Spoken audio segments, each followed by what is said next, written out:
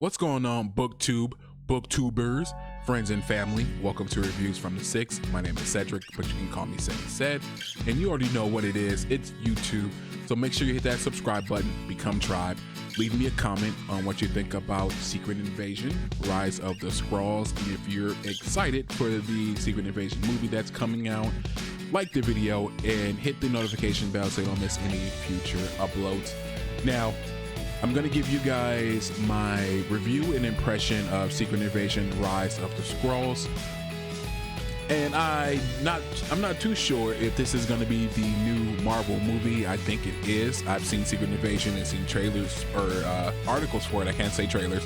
Seen articles for it, but when I've discussed the Secret Invasion, everyone says they're talking about another Secret Invasion. So I'm not too sure which comics are in here, but it is your graphic novel, and there's quite a bit. Everything from Fantastic Four to Silver Surfer, even I believe it's Arizona Kid. It's like a cowboy comic series too. Even like future it's like a future, not Justice League, a future. Before y'all beat me up out there, I know I just that was like blasphemy right there. But like Marvel in a way. But some of the characters reminded me of DC, so that's why I said Justice League.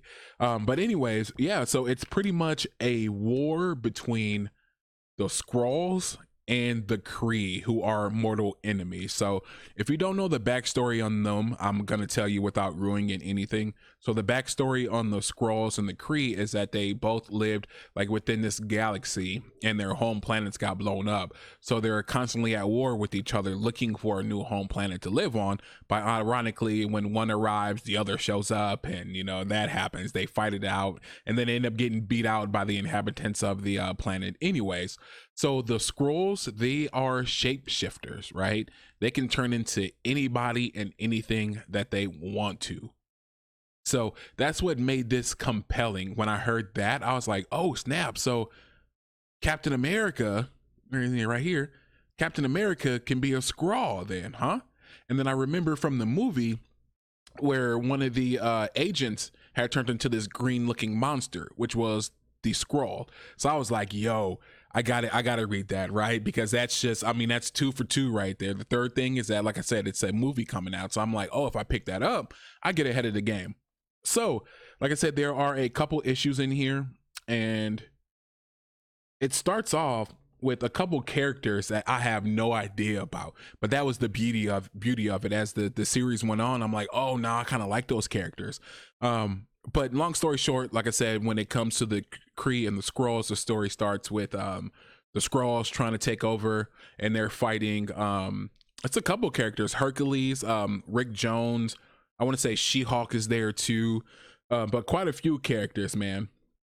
Blazing Skull was one of them too. Now that I think about it, Blazing Skull. So they were characters in here that I didn't know of. So this had to take way before, you know, I came up in the X-Men area. So it was just cool reading that, you know, like the characters from the 60s and the 70s before, you know, we got the characters we have now.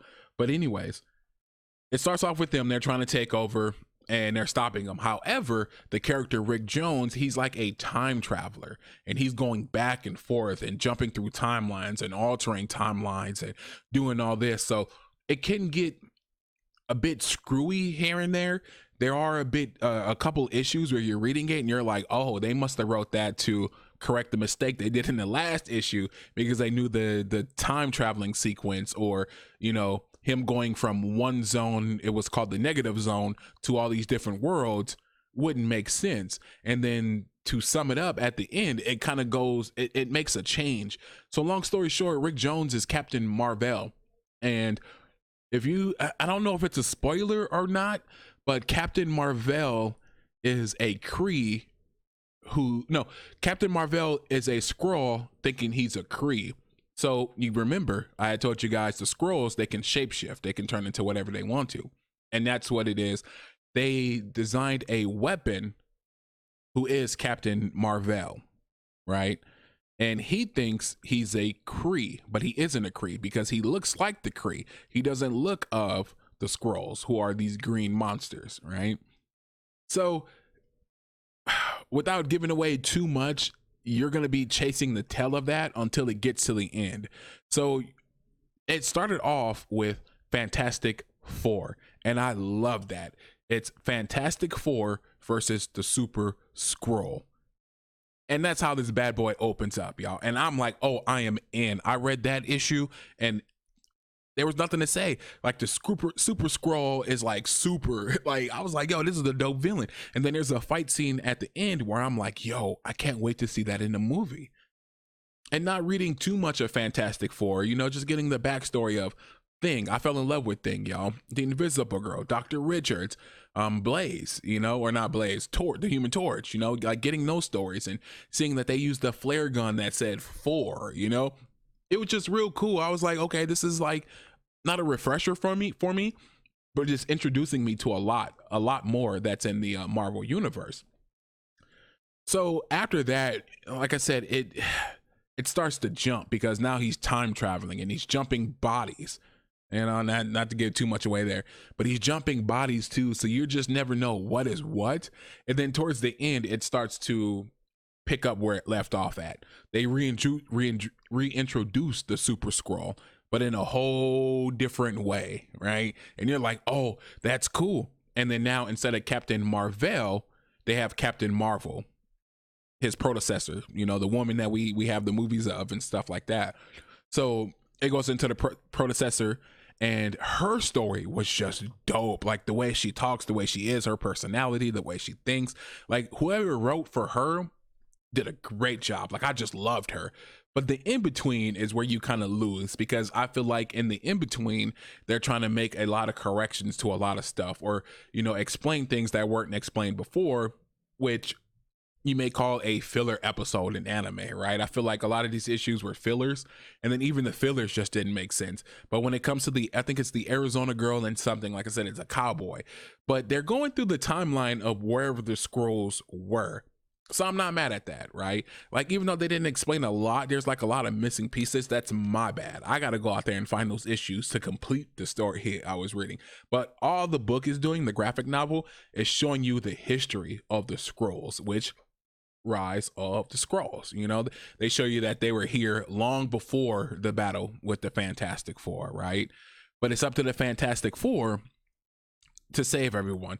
Like, even She-Hulk, right? I was confused on She-Hulk because I'm like, okay, I don't know too much about She-Hulk, but is it the gamma rays or is she a Skrull? You know, like it was just like things like that that kept me interested in it.